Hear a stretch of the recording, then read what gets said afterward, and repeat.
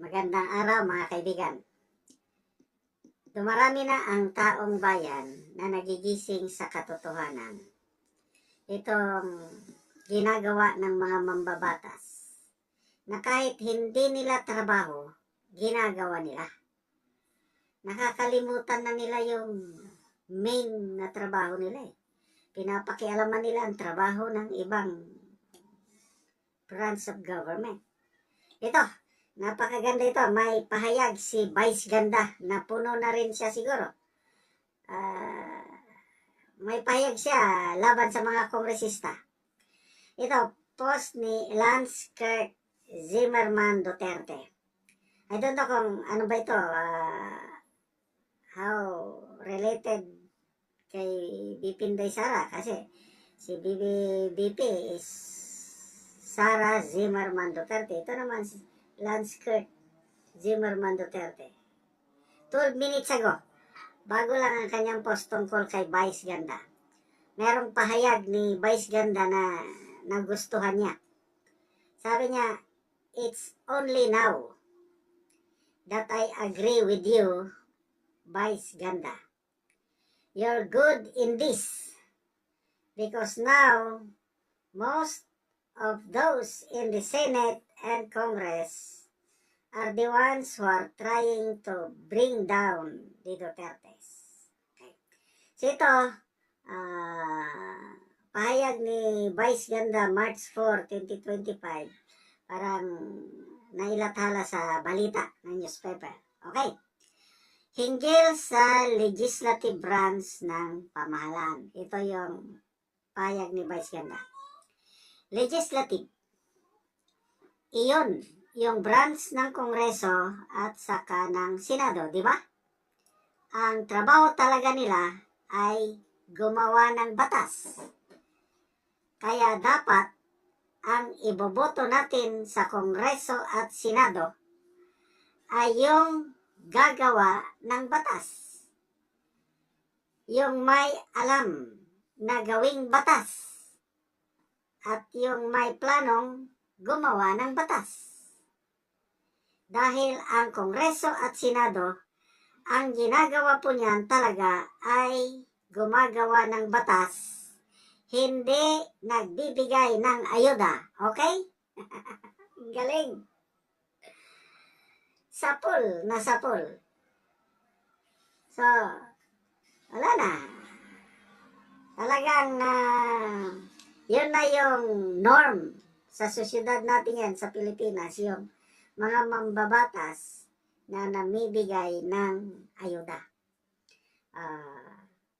Okay, maliban sa mambabatas, yung namimigay ng ayuda, yung bang as if na ang trabaho ng mga mambabatas, yung magdala ng pondo para sa mga project sa kanilang lugar. Nakalimutan nila na ang trabaho nila, kaya binutuhan sila ng taong bayan. Para gumawa ng batas, yun ang trabaho nila. Kaya yung mga pumirma ng impeachment complaint ni BP Sara, nung binabatikos na sila ng kanilang mga constituents, sabi niya, ginawa ko lang yung trabaho ko. Pumirma para makakuha ko ng budget para sa aking distrito. So, nagiging na sila, implementor na ng mga project. Kaya, palakpakan natin si Vice Ganda. Kasi marami rin nanonood kay Vice Ganda eh. Ang ganda itong kampanya niya na ang dapat lang botohan sa Kamara at sa Senado, yung alam at may plano na gagawa ng batas. So, para may pinaparinggan, sino ba yung nandyan na senador? Ang tagal-tagal ng senador, hindi ko alam kung anong nagawang batas. I don't know kung paano sila makagawa ng batas dahil nahirapan nga mag-English eh. Hindi nga nagsasalita sa plenary o ano. So, So, paano makagawa ng batas? Tapos, ang inaatupag na lang, mga proyekto, mga inaalmanan nila yung kanilang mga pundo. Okay, magbasa tayo ng mga comments. Rowena Sugabo, tama jud. Hindi maganda ang ayuda, ginagawang tamad ang mga tao. May post nga dyan eh. Kung ang tao nagbebenta, ganon, parang may buwis o multa pala, may multa. Yung mga street vendors ba, yung mga nagtitinda ng gulay, mamaya, hinuhuli ng AMD, minumulta. Yun. Kung ang tao nagtitinda, may multa. Kung ang tao tamad, binibigyan ng ayuda.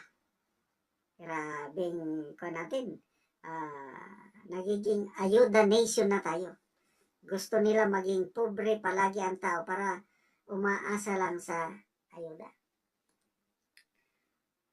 Herben Rendon, hindi nila kayang pabagsakin ang mga Duterte sapagkat mas marami ang mabuti kaysa mga masama. Okay. Skylar Khan, I agree to the highest level. Mima. Mary Grace Joseph, agree. Yung sinasabi niya, no? Dalumpan Clariam, very correct. Maria Adolfo, correct na correct, big, agree. Sebesor Anik Nava, agree, tumpak, big, yes, yes. Tumama ka din sa wakas, sabi ni Demson Navy, tumama ka din sa wakas. Ingat ka, baka kasuhan ka rin. Ay, nako. Yung kawawa yung abogado, yung IT expert, na nagbigay lang siya ng observation niya tungkol sa counting machine ng COMELEC, kinasuhan na. Anyway, salamat, Vice Ganda. Tamang-tama ang sinabi mo. Salot kay Vice Ganda.